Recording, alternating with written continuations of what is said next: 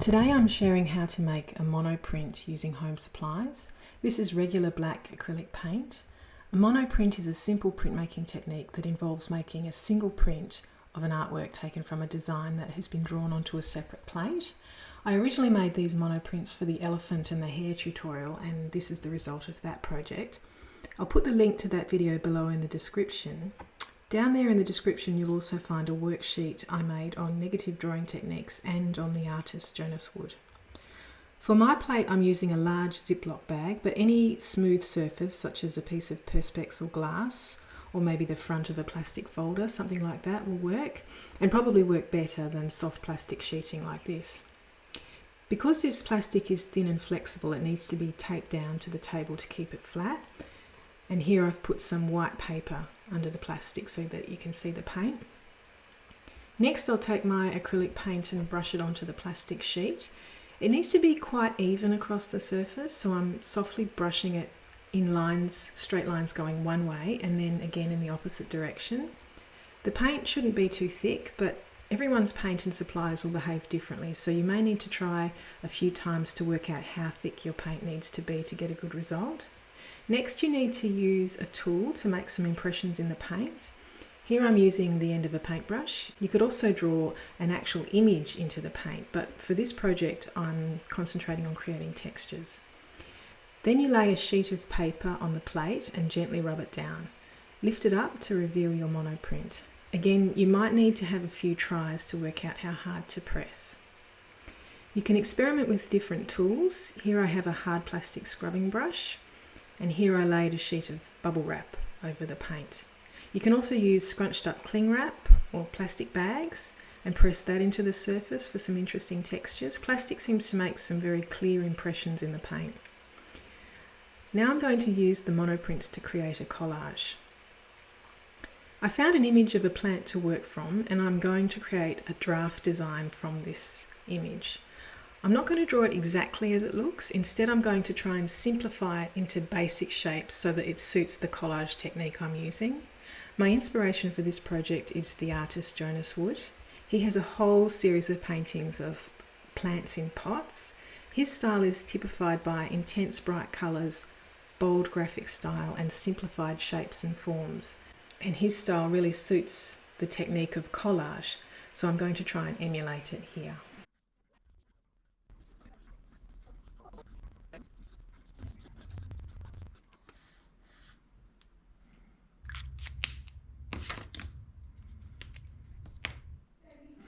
Now I'm going to go over the design and keep refining it, but I'm going to use a different coloured texture. This is not my final artwork, so this is how I kind of work out the composition of a piece before I commit to it. So I'll go over with one colour.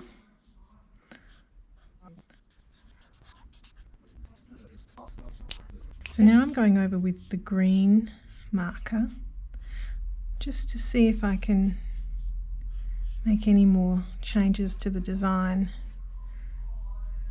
So I know that the orange was my first mark, the green is my second mark, and when I'm done I can choose which mark I like the most.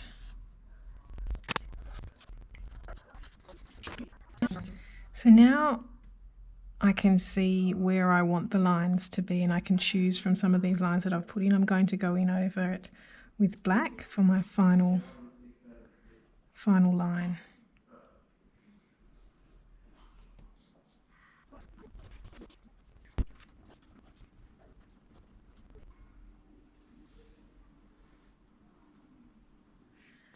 Here are my tonal sheets, and I've tried to lay them out in tonal order, and by that I mean from darkest tone to lightest tone, as near as I can get it, like that. And here is my design. So what I want to do is to cut out these sections from these monoprinted sheets, and the reason I've laid this out in tonal order is I want some areas to look darker than others. So for example, under this leaf here, I'd like this piece to be darker than the piece on top, so I want this piece to be in these dark tones and this piece to be in these lighter tones. And I'll show you how I'm going to do that. I'm going to cut my design out using a craft knife. These different types of craft knives that you can get. I'm going to use this big one, but I realise not everyone will have one of these at home. So to do it with scissors, I'm just going to cut in from the edge. So I'm going to cut out this part first.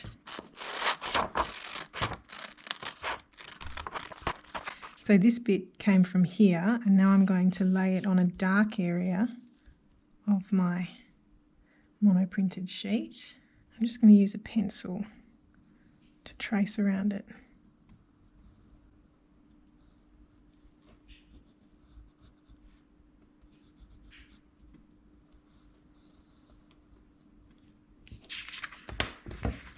And then I'll cut it out from here.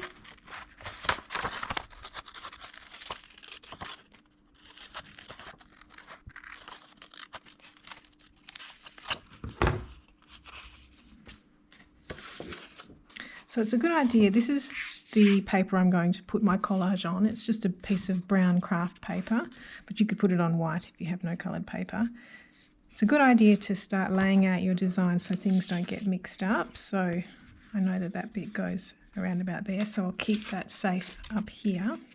So now I want to cut out the top part of that leaf, and for that I'm going to use a craft knife. I like using these really big knives, but some people prefer these small craft knives with the point on them because they find it easier to turn corners with them. I guess I'm just used to this big one, so I use big ones.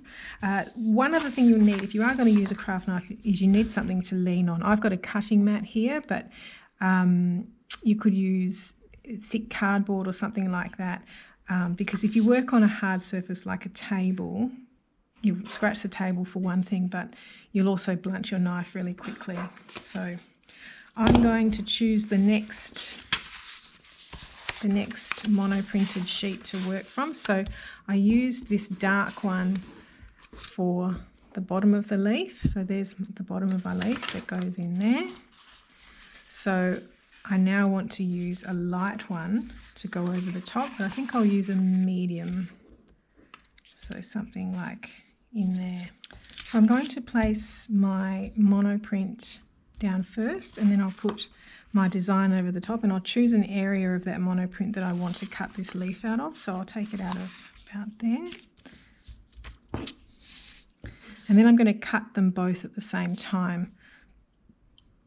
When you're cutting with a craft knife, just make sure that this hand is out of the danger zone, so you're not cutting towards your hand, because it's easy for these knives to slip.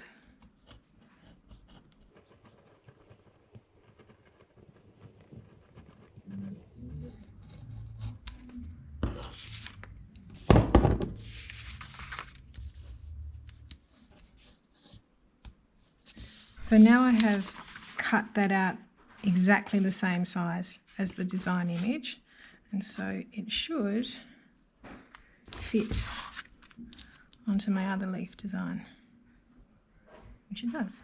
Now I'll choose this dark area down here.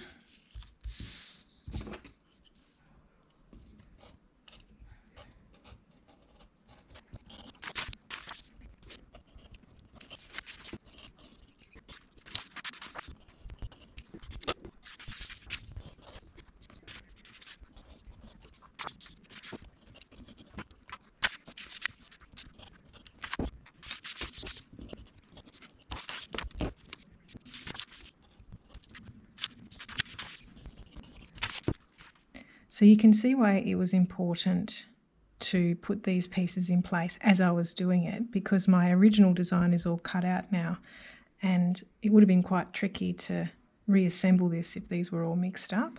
So now I'm just going to work out the best layout for these, and then I'll stick them down with a glue stick.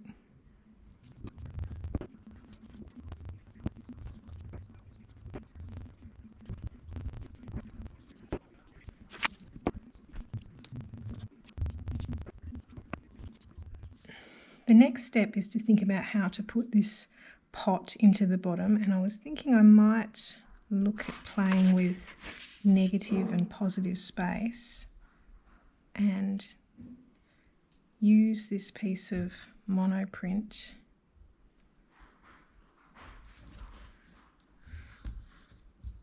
to cut the pot out of.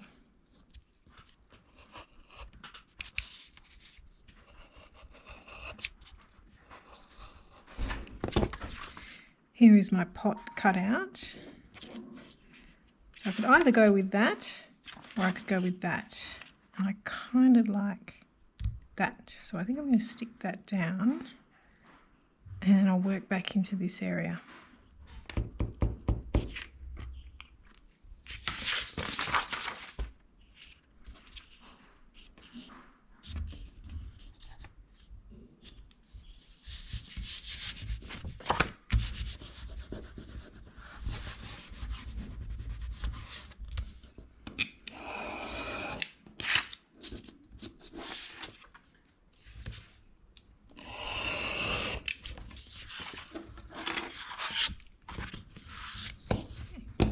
So now I just need to work out the stem of the plant and whether I need to isolate this pot any further. The final step is to add the stem into this plant, and I'm just going to use a fine liner and do it quite simply because there's quite a lot of things going on in these leaves. There's quite a lot of detail, so I don't want to make the image too busy by adding too much more into the stem. So I'd like to have a little bit of contrast between the busyness of these leaves with something quite simple in the stem. And then I'll just add some details to the pot to bring it out a bit.